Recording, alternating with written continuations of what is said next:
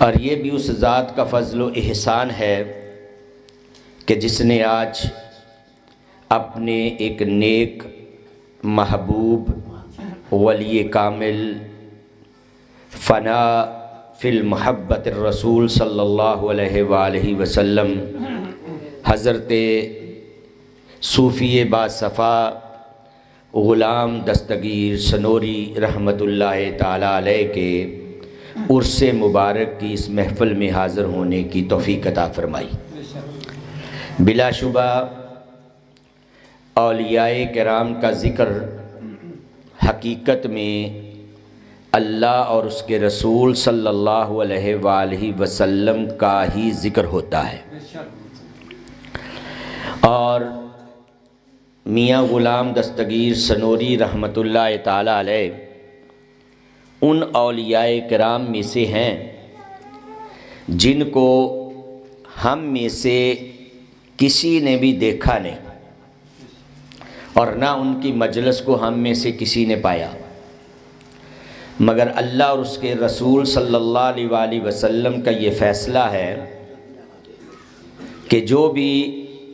اللہ کے نیک ولی کامل اور صالح بندے سے محبت کرتا ہے، اس کا ذکر کرتا ہے، اس کے نام کی مالا جپتا ہے، اللہ نے فرمایا یہ کوئی شرط نہیں ہے کہ تم نے اسے دیکھا بھی ہو یا نہ دیکھا ہو، مگر فرمایا جس بندے کی محبت دل میں ہوگی، کل جب قیامت کا دن ہوگا اللہ رب العزت اس پیار کرنے والے کو اسی اپنے نیک بندے کے ساتھ کھڑا کرے گا جس سے وہ دنیا میں محبت کیا کرتا تھا۔ یہ محبوب کو دیکھنا محبت کی شرط نہیں ہوتی، اگر عشق سچا ہو تو کوئی بنا دیکھے اویسے کرنی بن جاتا ہے، اور اگر عشق سچا نہ ہو اور دل میں محبت نہ ہو تو کوئی دیکھ کر بھی ساری زندگی ابو جہل رہتا ہے۔ تو اللہ کے کچھ نیک اور صالح بندے ایسے ہوتے ہیں کہ جن کی مجلس کو ہم نے پایا نہیں ہوتا مگر ان کا نام سنا ہوتا ہے، تو ہم ان سے پیار کرتے ہیں۔ انہی میں سے ایک حضرت غلام دستگیر سنوری رحمۃ اللہ تعالی علیہ کی ذات اقدس ہے، اور اللہ رب العزت کا سورۃ الکہف یہ ایسی سورت ہے جس میں اللہ رب العزت نے اپنے نیک اور صالح بندوں کا ذکر، اولیاء کرام کا ذکر بڑی تفصیل کے ساتھ فرمایا، یہاں تک کہ اس مقام پر اللہ رب العزت نے یہ واضح فرما دیا کہ میں اپنے نیک اور صالح بندوں کے لیے کبھی کبھی اپنے نظام قدرت اور نظام ربوبیت کو بھی بدل دیتا ہوں، اور وہ اصحاب کہف کے جو اولیاء کرام تھے بنی اسرائیل کے زمانے میں، ان کے لیے اللہ رب العزت نے اپنی ربوبیت کی نشانیاں اور مظاہر کو بھی بدل کے رکھ دیا، صرف اشارہ دے دیا کہ جن دلوں میں اللہ کے نیک بندوں کی محبت ہوتی ہے اللہ فرماتا ہے وہ دنیا میں رہتے ہوئے بھی میں انہیں اپنا محبوب بنا لیتا ہوں۔ اس لیے فرمایا من یہد اللہ فہو المہتد، فرمایا ہدایت اسے ہی نصیب ہوتی ہے جسے اللہ تعالی ہدایت عطا فرماتا ہے، اور جسے اللہ ہدایت سے محروم کر دیتا ہے وہ لاکھ کوششیں کرتا رہے رب کائنات اسے ہدایت عطا نہیں فرماتے، اور فرمایا وَمَن يُضْلِلْ فَلَن تَجِدَ لَهُ وَلِيًّا مُرْشِدًا، اور فرمایا جو اللہ کی بارگاہ سے بے ہدایتہ ہوتا ہے، جسے اللہ اپنی بارگاہ سے دھتکار دیتا ہے، جسے اللہ اپنی بارگاہ سے دور کر دیتا ہے، جس پر نظر عنایت الہی ختم ہو جاتی ہے اور اللہ اپنی نگاہوں سے دور کر دیتا ہے اور اس کے دلوں پہ پردے ڈال دیے جاتے ہیں، اللہ نے فرمایا وہ لاکھ کوششیں کرتا رہے،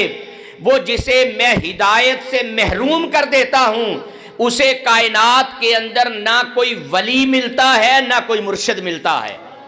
کیونکہ ولی اور مرشد وہ ہوتا ہے کہ جو بھٹکے ہوئے راہی کو راہ راست دکھاتا ہے، صراط مستقیم عطا کرتا ہے، جو اللہ کے گھر کا راستہ عطا کرتا ہے، اللہ کے گھر کی معرفت عطا کرتا ہے، اللہ کی محبت عطا کرتا ہے، اللہ کی چاہت عطا کرتا ہے۔ اسی لیے تو اسی سورہ کہف میں فرمایا وَاصْبِرْ نَفْسَكَ مَعَ الَّذِينَ يَدْعُونَ رَبَّهُمْ بِالْغَدَاةِ وَالْعَشِيِّ، فرمایا بندے اگر اللہ کی محبت کو پانا چاہتا ہے، اللہ کی معرفت کو پانا چاہتا ہے، اللہ کی پہچان کو پانا چاہتا ہے، صراط مستقیم پر چلنا چاہتا ہے کہ رب تمہیں اپنی جنت کا حقدار بنا دے، چاہتا ہے کہ رب تجھے اپنا بلا حجاب و بلا دیدار اللہ اپنا دیدار نصیب عطا کر دے، پردے ہٹا دیے جائیں اور تجھے دیدار الہی نصیب ہو جائے، تمہیں اس گنبد خضرا کی سرکار کی محبت اور اس کا دیدار مل جائے، تو فرمایا بندے کیا کر، میرے نیک اور صالح بندوں کی مجلس میں آیا کر،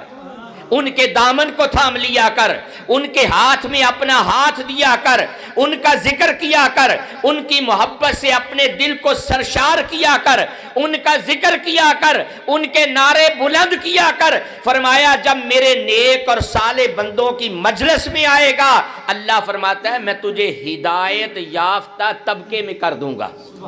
اور جسے اللہ ہدایت نہیں دیتا فرمایا نہ اسے کوئی ولی ملتا ہے نہ اسے مرشد ملتا ہے۔ اور مزے کی بات یہ ہے قرآن پاک میں بعض ایسے الفاظ ہیں جو صرف ایک ہی مرتبہ ذکر ہوئے ہیں، دوسری مرتبہ ذکر نہیں ہوئے۔ مثلا خاتم النبیین پورے قرآن کے اندر 6236 آیات کریمہ ہیں اور 114 سورتیں ہیں، 558 رکوع ہیں، مگر خاتم النبیین کا لفظ پورے قرآن میں صرف ایک مرتبہ اللہ نے نازل فرمایا۔ لفظ الکوثر، انا اعطیناک الکوثر، کوثر کا لفظ اللہ رب العزت نے فقط ایک ہی مرتبہ قرآن میں نازل فرمایا۔ اسی طرح یہ 15ویں سپارے کی آیت کا لفظ ولیًا مرشدہ، ولی اور مرشد پورے قرآن کے اندر اللہ رب العزت نے ایک ہی مرتبہ نازل فرمایا۔ پورے قرآن کے اندر لفظ ولی بہت مرتبہ نازل ہوا، مگر ولیًا مرشدہ کا لفظ ایک ہی مرتبہ قرآن میں نازل ہوا۔ اب جو بھی لفظ اللہ رب العزت قرآن میں نازل فرماتے ہیں اس کا ایک مصداق ہوتا ہے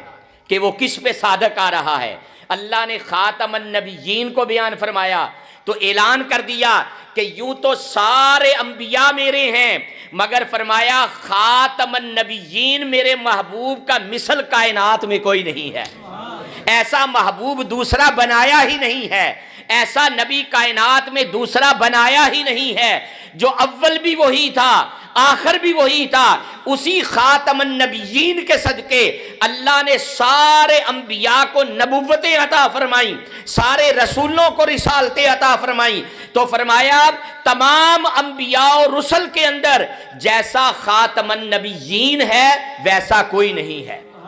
اسی طرح فرمایا کوثر، فرمایا دنیا کے اندر کائنات میں نے جتنے بھی پانی پیدا فرمائے ہیں، فرمایا ان پانیوں میں سے کوثر کی مثل کوئی نہیں ہے۔ جب ہم ولیًا مرشدہ کا دیکھتے ہیں تو ولیًا مرشدہ کہ وہ کون سا ولی کامل ہے جس کی مثل رب کائنات نے کوئی ولی کامل بنایا ہی نہیں ہے، تو علماء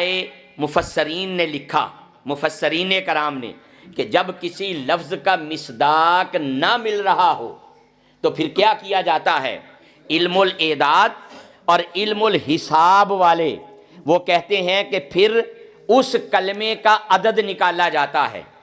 اور عدد نکالنے کے بعد اسے جمع کر لیا جاتا ہے، اور پھر دیکھا جاتا ہے کہ وہ کون سا ولی کامل ہے کہ جس پر یہ کلمہ مصداق اس کا آتا ہے اور یہ کلمہ پورا آتا ہے، اور اس کی مثل اللہ نے کائنات میں دوسرا بنایا ہی نہیں ہوتا۔ تو جب ہم ولیًا مرشدہ کے عدد نکالتے ہیں تو یہ 590 کا عدد بنتا ہے، 590 کا۔ اور جب ہم اولیاء کرام کو دیکھتے ہیں تو کائنات کے اندر اللہ نے ایک ہی ذات کو ایسا ولی اور مرشد بنایا ہے، ولی کامل بنایا ہے کہ جس کے در سے پہلوں کو بھی ولایت ملا کرتی تھی اور قیامت تک اسی در سے ولایت ملتی ہے۔ جس کی ولایت پر اس در کی مہر نہیں لگتی، رب کائنات فرماتے ہیں میری نگاہ میں وہ میرا دوست ہو ہی نہیں سکتا۔ وہ 590 کے عدد والا وہ ذات کون سی ہے؟ وہ کائنات میں ایک ہی ذات ہے جسے سید عبد القادر جیلانی کہا جاتا ہے۔ اللہ نے غوث اعظم کو ایسا ولی بنایا ہے، ایسا غوث بنایا ہے، فرمایا اس جیسا ولی مرشد نہ اس طرح کا کوئی آیا ہے نہ قیامت تک آنا ہے۔ اللہ نے اس کو ولی مرشد بنایا ہے، اور ہم خوش نصیب ہیں کہ اللہ رب العزت نے ہمیں ان کی سنگتیں عطا فرمائی ہیں، ان کی نسبتیں عطا فرمائی ہیں، اور آج کائنات کا ذرہ ذرہ قادر قادر کے نعرے بلند کرتا ہے اور غوث غوث کے نعرے بلند کرتا ہے۔ اسی لیے مصطفیٰ صلی اللہ علیہ وآلہ وسلم نے فرمایا کہ جو غوث پاک سے، اللہ کے نیک اور صالح بندوں سے کام محبت کرنے والے ہوں گے، تمام کتب حدیث میں آیا کہ کل جب قیامت کا دن ہوگا، روز محشر بپا ہوگا، فیصلے سنا دیے جائیں گے، جنتوں والے جنت میں چلے جائیں گے، مگر اللہ کے کچھ نیک اور صالح بندے ابھی کھڑے ہوں گے۔ اللہ کی طرف سے آواز آئے گی، رب پوچھے گا تم کیوں جنت میں نہیں جا رہے؟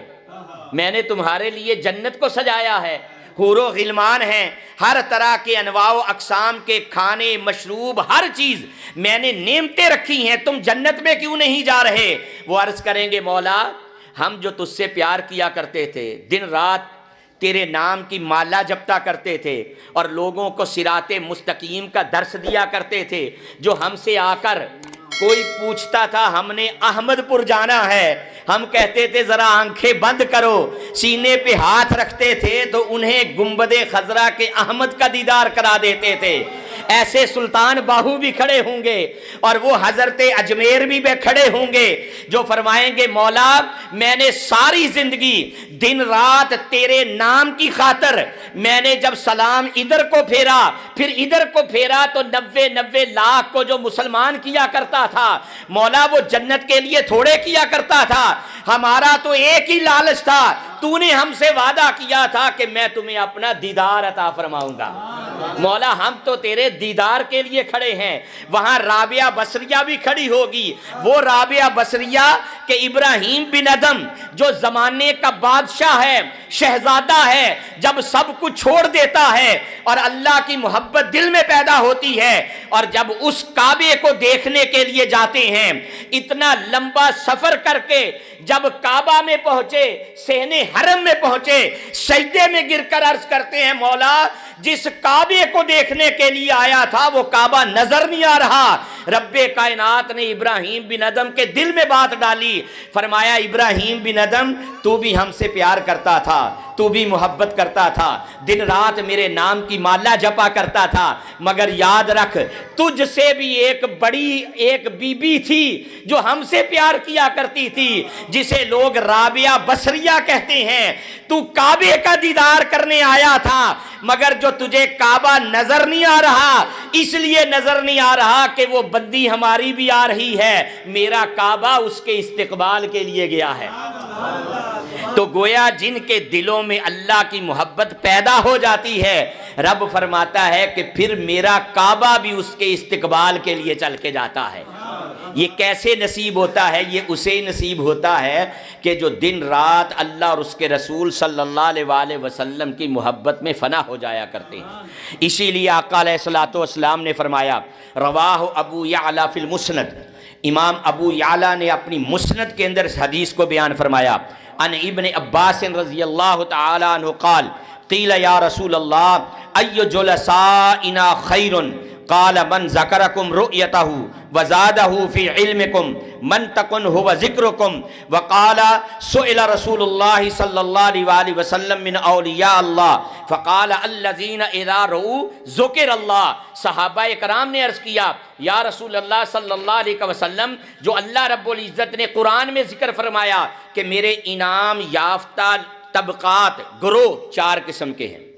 فرمایا انعم اللہ علیہم من النبیین والصدیقین والشہداء والصالحین، انبیاء ہیں، صدیقین ہیں، شہداء ہیں، اور چوتھا طبقہ اللہ نے فرمایا میرے نیک اور صالح بندے۔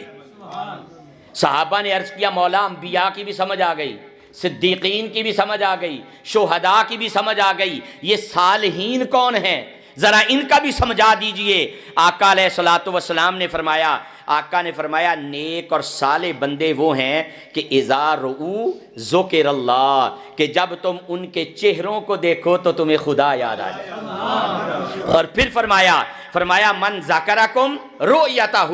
فرمایا اگر دیکھا نہیں ہے تو کم از کم مجلس میں جب ان اللہ کے نیک اور صالح بندوں کا ذکر ہو تو تمہیں خدا کا مکھڑا نصیب ہو جائے، اللہ کے یار کا مکھڑا نصیب ہو جائے۔ اور پھر فرمایا وزادکم فی علمکم، فرمایا اگر دیکھا نہیں ہے تو کیا ہوا؟ جب ان کی تعلیمات کو پڑھتے ہو تو فرمایا تمہارا علم اور بڑھ جاتا ہے۔ اور من تکن ہو ذکرکم، فرمایا جب ان کا ذکر تمہارے سامنے کیا جاتا ہے تو ان کے نام کی مالا تمہاری زبانوں پر جاری ہو جایا کرتی ہے۔ یہ ایسے نیک اور صالح بندے وہ ہوں گے کہ جنہیں کل قیامت کے اندر اللہ رب العزت ان کے ساتھ گفتگو فرمائیں گے۔ وہ کہیں گے مولا ہم تو تیرے دیدار کے طالب ہیں، ہم تیرے مکھڑے کو تکنا چاہتے ہیں۔ تب رب کائنات اپنی کبریائی کا پردہ اٹھا دے گا۔